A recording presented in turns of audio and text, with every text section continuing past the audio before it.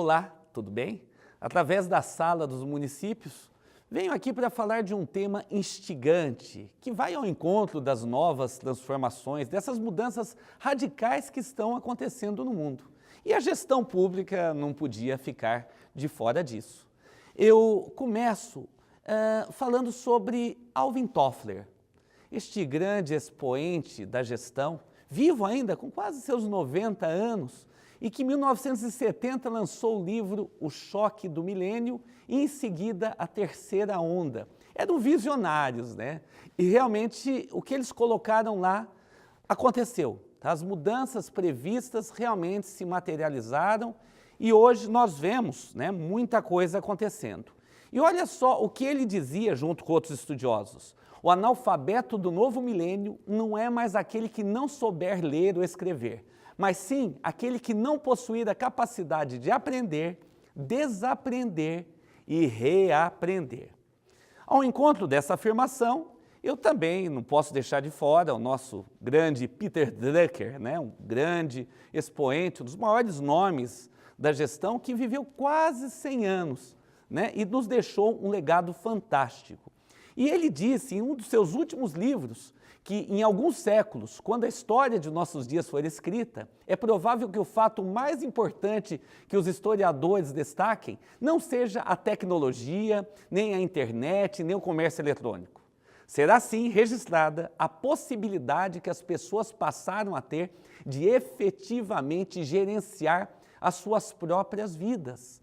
Olha que interessante isso, porque se pararmos para pensar e lembrar dos nossos pais, avós, eles não tiveram oportunidade de estudar tanto, conseguiram aquele emprego, tá, ganhando aí o suficiente para cuidar dos filhos, para dar dignidade à família.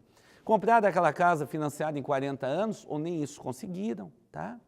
E acabaram, né, se preocupando muito em aposentar naquele emprego após os 30, 35 anos, porque 2, 3, 4 empregos significavam uma carteira suja. Infelizmente, grande parte deles trabalharam a vida toda sem fazer o que queriam, né? E hoje o Peter Drucker vem ao encontro dessas mudanças dizer que a grande, né, o que vai ser muito importante para nós hoje é essa possibilidade de realmente cuidarmos da nossa própria vida. Né? O Betinho dizia que é importante construirmos um mundo para nós, porque senão alguém pode construir esse mundo e esse mundo pode ser contra nós. Lembre-se disso. Enfim, o futuro da gestão pública, novos desafios e competências necessárias para a sobrevivência dos gestores públicos em tempos difíceis, e muito difíceis, né? Para isso eu me apresento melhor. Minha vida foi estudar, tá? Comecei fazendo Direito, História, Pedagogia, várias pós-graduações em Gestão de Empresas e Negócios, Metodologia de Ensino, formação em Programação Neurolinguística. E o que foi interessante foi o meu mestrado na Florida Christian University, tá? Fiquei durante 2 anos, alguns períodos lá nos Estados Unidos, com foco em Administração e Gestão de Pessoas, tá? E o tema da minha tese era o lúdico como instrumento de motivação e desenvolvimento nas organizações. E é justamente essa proposta que materializa os vários trabalhos que tenho desenvolvido em várias prefeituras do nosso país. Tá? São trabalhos diferenciados em que eu uso todas as estratégias aí da andragogia, da programação neurolinguística, da neurociência, e que acabam realmente proporcionando aí transformações significativas nos seus colaboradores. Tá? E nós vamos estar falando um pouquinho mais disso ao longo da nossa apresentação. Mas enfim, o que é importante saber, estamos vivendo no olho do furacão. Saibam disso, que as mudanças ocorridas nos últimos 20 anos foram maiores do que todas que aconteceram até então na história do nosso planeta Terra. É isso mesmo, né? Nós percebemos que nós nascemos no mundo e vivemos em outro mundo. E essas mudanças nos deixam, às vezes, nós entramos em parafuso, né? Como lidar com tudo isso? né, um mar de turbulências, né? São mudanças na área social, na área comportamental, na área da ética, da cidadania e, especificamente, o nosso país, Brasil, vivencia isso com maior intensidade. Concordam comigo? Todo mundo está vendo o que está acontecendo aí e lembre-se que nos tempos dos pais, avós, as coisas não aconteciam assim, era, né, um pouquinho devagar e de repente hoje tudo isso que acontece nos assusta. Vocês estarão vendo aí, nós tivemos aquela televisão, lembra aquela televisão? Tomara que queime, quando queima a válvula, não o tubo, porque senão perde a televisão. Era a família inteira na sala, assistindo um único canal, e a qualquer chuva, ventania, realmente a televisão desligava. Tínhamos aquele telefone, né? Que ainda era um só, às vezes na rua, tinha que ir lá pedir emprestado, lá ligar emprestado, pagar por mês para aquela pessoa, né? A máquina de escrever, nossa, sou formado em datilografia, era um diferencial competitivo. E a foto, né? 12, 24, 36 poses. Mandávamos revelar, demorava alguns dias e ainda, tá vendo, no fundo lá, aquele vulto sou eu. Elas queimavam, né? Foi a época em que o sonho era ter o Fusca, né? Foi uma época realmente que pegávamos a ficha telefônica e usamos no orelhão quando viajávamos, existiam filas nos orelhões. E o retroprojetor, na nossa escola, geralmente tinha um retroprojetor, era uma luta, o professor pedia, demorava dias para que pudesse ser usado, e lá os slides, as transparências melhor, né? Ficávamos todos orgulhosos, né? E quando chegou o celular, nossa, em cidades do interior, como até na minha região, minha cidade natal, Amparo, compramos na década de 90, tinha que subir no Morro do Cristo, porque não tinha torre. Então era muito divertido, várias pessoas lá com aqueles celulares, esnobando lá, né, dizendo que tinha o celular, mas que não funcionava. E de repente, amigos telespectadores, né, o mundo mudou. E esse mundo que fez parte da nossa infância, a cartilha Caminho Suave, né, hoje mudou radicalmente. Hoje nós temos a lousa eletrônica, a LED, OLED, temos o data show, né? Temos aí o carro voador, esses videogames de última geração, né? Nós tínhamos, enquanto crianças, sonhávamos com aquele Atari e tal. E, de repente, no comportamento das pessoas também aconteceram inúmeras mudanças. O trabalho, principalmente, passou por várias transformações. E é justamente sobre isso que eu quero conversar contigo. A palavra tripalium, tá, que significa trabalho, a etimologia dela é muito triste, gente. É um instrumento de tortura usado na Idade Antiga. As pessoas morriam queimadas, amarradas em troncos de árvore. Olha isso, que loucura, né? E era esse o significado da palavra trabalho. E pode ver que até uma conotação um pouco religiosa também, que diz que o paraíso é algo que não se faz muita coisa, né? Então vale a pena ser bonzinho para que possa ir para o paraíso e ficar lá de boa, né? Mas não é bem assim, né? O trabalho realmente faz a diferença em nossas vidas, o trabalho transforma a vida daqueles que estão chegando, mas que tal fazer o que gosta e ser reconhecido por isso? Justamente a grande sacada é substituir tripalium por poieses. Minha obra, lembra do Cortella, né? Tem um livro que fala Minha Obra, muito legal também, aconselho. E ele fala sobre poieses, que vem de poesia, que tem uma conotação da espiritualidade no trabalho, né? O que eu faço deve fazer bem para mim, deve deixar um legado para aqueles que vêm depois também. E justamente com o foco nesse bate-papo nosso, no que se refere à gestão pública, né? Falar da política especificamente, nós temos que incorporar algumas estratégias da iniciativa privada. Certamente é isso que vai fazer a diferença em sua gestão, ok, amigo gestor? Quando você foi eleito, você fez várias visitas, né? Você esteve às ruas, conheceu as pessoas, tal, foi eleito e, de repente, eu imagino que deve estar um pouco assustado, né? principalmente com essas mudanças que estão acontecendo. Percebe que você tem que viajar muito. É São Paulo, Brasília, cidades da região, em busca de recursos. Você percebe também que hoje tem que ficar debruçado naquela papelada, no computador, porque tem que ler tudo atentamente. Temos Câmara de Vereadores, temos Tribunal de Contas, temos a população e a visibilidade que é dada através das redes sociais. Então, hoje, realmente, a gestão pública passa por inúmeras transformações. E se você não incorporar à sua gestão estratégias modernas e que vêm das empresas, da organização privada, você está fadado ao fracasso e, lhe digo mais, a responder processos que podem tumultuar a sua vida e você nem sabe o que originou isso. Bem, para isso eu tenho, nesse tempo um pouco curto, compartilhar contigo algumas competências dos líderes do novo milênio, daqueles que realmente transformam os sonhos em realidade. E para falar sobre esses líderes, nós temos que realmente voltar a dizer que não podemos mais repetir a ação praticada no passado. As ações do passado não servem mais para hoje. O modelo do passado é ineficiente e ineficaz para os dias de hoje. Hoje nós precisamos usar essa palavrinha inovação. Inovação. Novas estratégias e, através da criatividade, incorporar projetos ao nosso cotidiano que efetivamente façam a diferença na vida das pessoas. O novo gestor, hoje, ele tem que ser um gestor da inovação, especialista no uso de novas ideias, tem que honrar e cumprir o plano de governo, tá todo mundo de olho. Gerenciar com competência o orçamento municipal.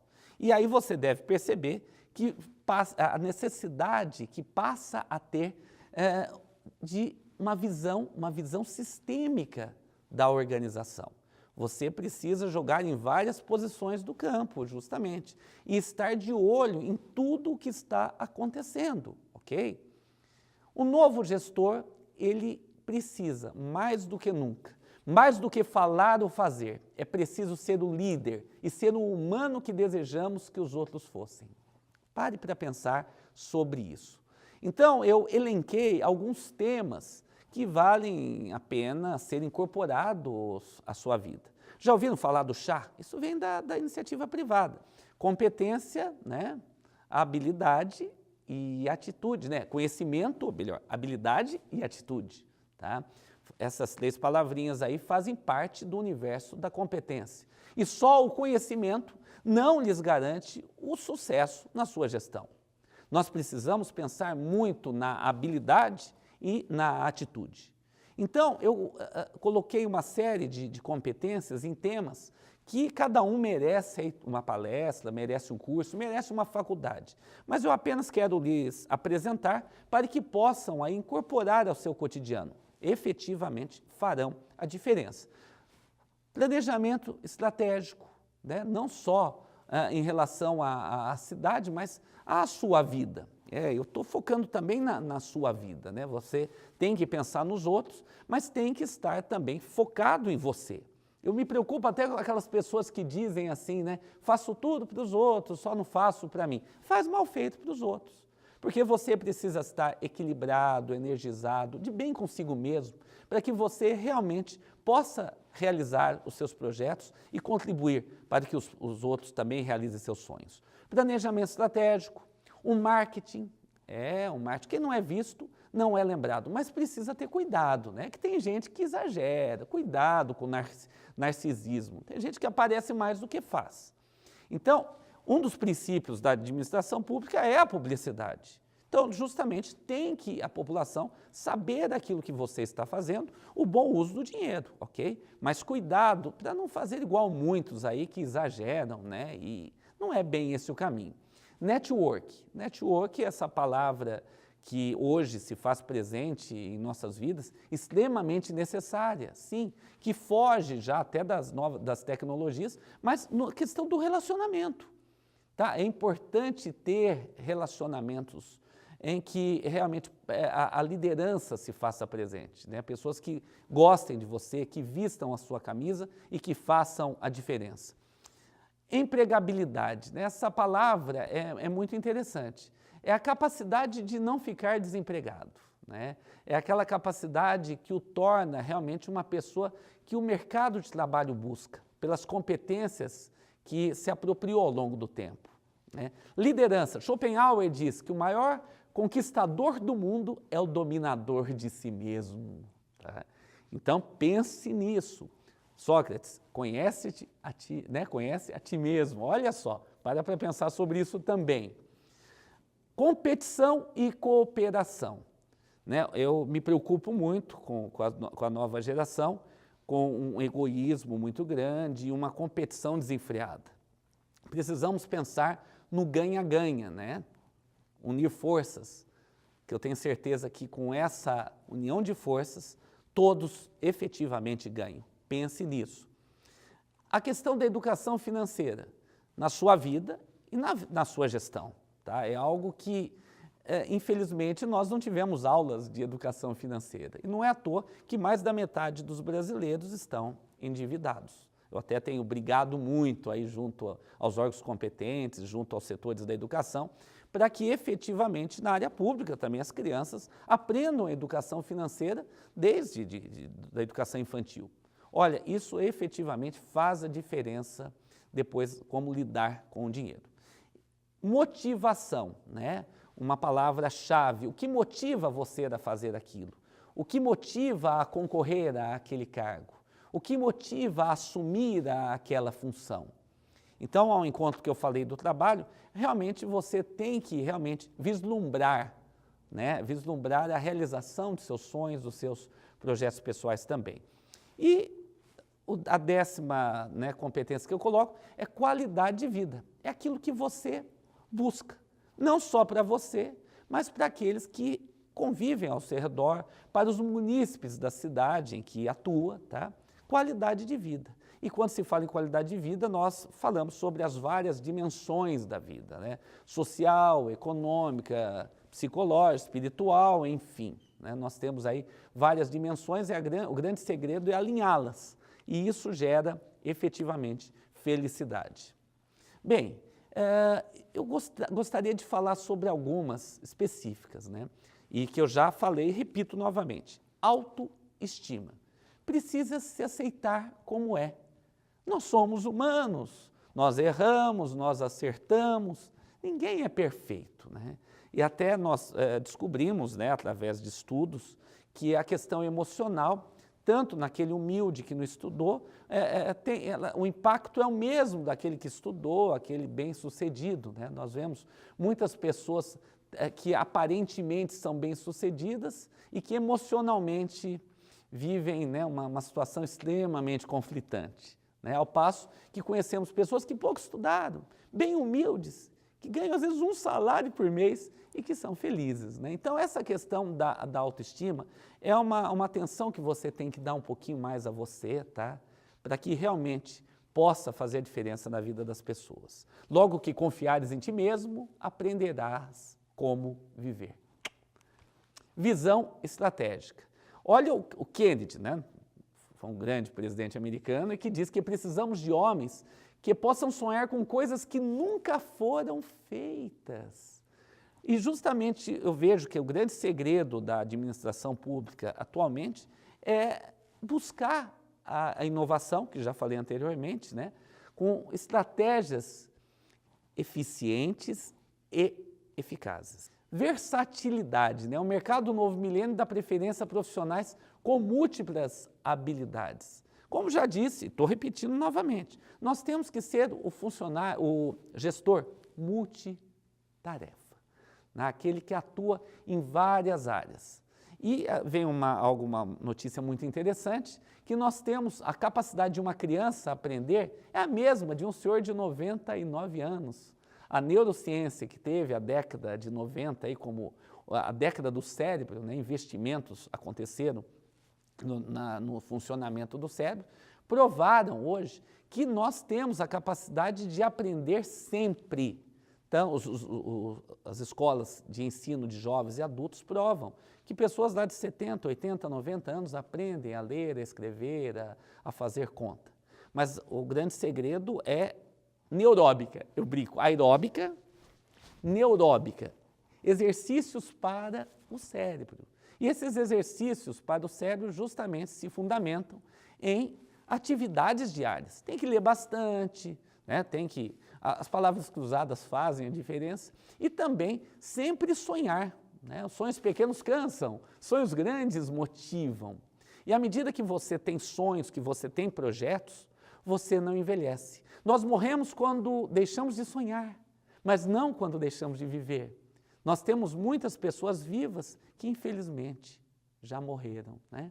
Então, pense nisso, tá? Pense em que você, com as suas múltiplas, com a sua potencialidade, com a capacidade de aprender, você pode realmente fazer a diferença no mundo em que vive. E, logicamente, ao encontro das mudanças que estão acontecendo, outra palavra-chave, agilidade, gente. Tem que ser rápido. A oportunidade, quando nos apresenta, temos que agarrá-la. Olha o que é sabedoria. Todo sábio é inteligente, nem todo inteligente é sábio. E uma senhora, veja só, muito humilde, que quase não estudou, ela chegou e falou para mim um dia, olha, a oportunidade é igual um senhor meio careca, que só tem um pouquinho de cabelo na frente. Ele olha para você, ou você puxa, ou ele vai embora e você acaba desperdiçando uma oportunidade que poderia fazer a diferença em sua vida, em sua gestão. Gosto do Robert Niachik quando ele diz que a rigidez é característica dos cadáveres e das estátuas. Portanto, corra atrás de sua felicidade. E eu gosto também de um grande nome, fundador da rede Tupi de televisão, maestro George Henry. Ele está com seus 98 anos, reside hoje na minha cidade, um dos grandes amigos foi Assis Chateaubriand, e ele dá aula, fala de vários idiomas, escreve no jornal, tem programa na rádio e toma ainda sua caipirinha. E eu pergunto, você não vai ficar velho, maestro? Ele fala, não dá tempo, eu tenho tanto ao que pensar ainda que eu não pensei nisso. E realmente o que ele nos propõe é algo fantástico, né? É isso que vai impedir a vinda de Parkinson, Alzheimer e outras doenças degenerativas da mente. Outra competência importante, né, que eu faço questão de frisar é a capacidade de finalização, de realização. Ter uma boa ideia é importante, porém nada vale se não for materializada, né? E na área da política é um caso muito sério, né? As promessas, as obras inacabadas, aquilo que se faz e não se cumpre, né? Então eu vejo ao encontro dessas mudanças que acontecem no mundo. Seja honesto, não dá para fazer, fala que não dá. E cuidado com aquela outra palavrinha também, procrastinação, que significa empurrar com a barriga, deixar para depois. Não caia nessa, também lhes digo. O que começou, termina. E precisamos parar com aquele entendimento político que a obra do outro nós não finalizamos e começa uma nova obra. Para com isso, tá? Vamos pensar na população, se o seu foco é o bem-estar da população, tá? Dê andamento àquilo que estava parado, finalize aquilo que foi começado e impõe o seu ritmo.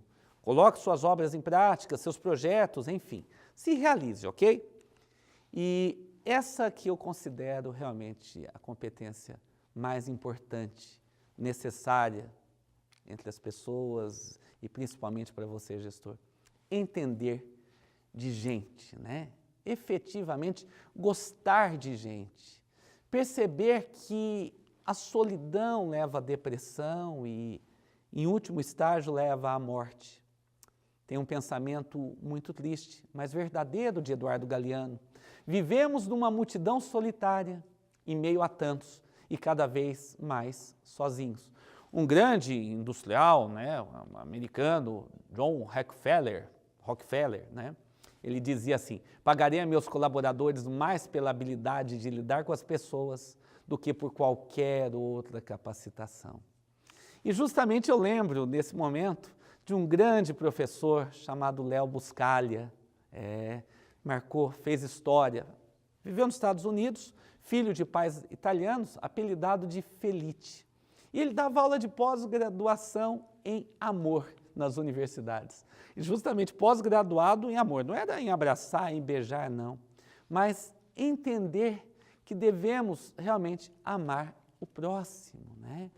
Eu tenho vários livros dele, Vivendo, Amando e Aprendendo, Amando uns aos outros, Amor, tem na cabeceira da minha mesa. Ele entrava no metrô, né, no elevador, e dando bom dia para todo mundo, as pessoas até se assustavam. No metrô, infelizmente o metrô todo mundo sabe, né? Temos dois tipos de pessoas, aquela com medo, que está olhando com... Cheguei para uma senhora e disse um dia, bom dia, ela levanta as duas mãos, meu Deus. Peço a ela, por favor, é só um bom dia. E ela, graças a Deus, pensei que você iria me assaltar, foi assaltada semana passada. Entro no elevador e falo bom dia, também as pessoas se assustam. E eu falo, é apenas um bom dia.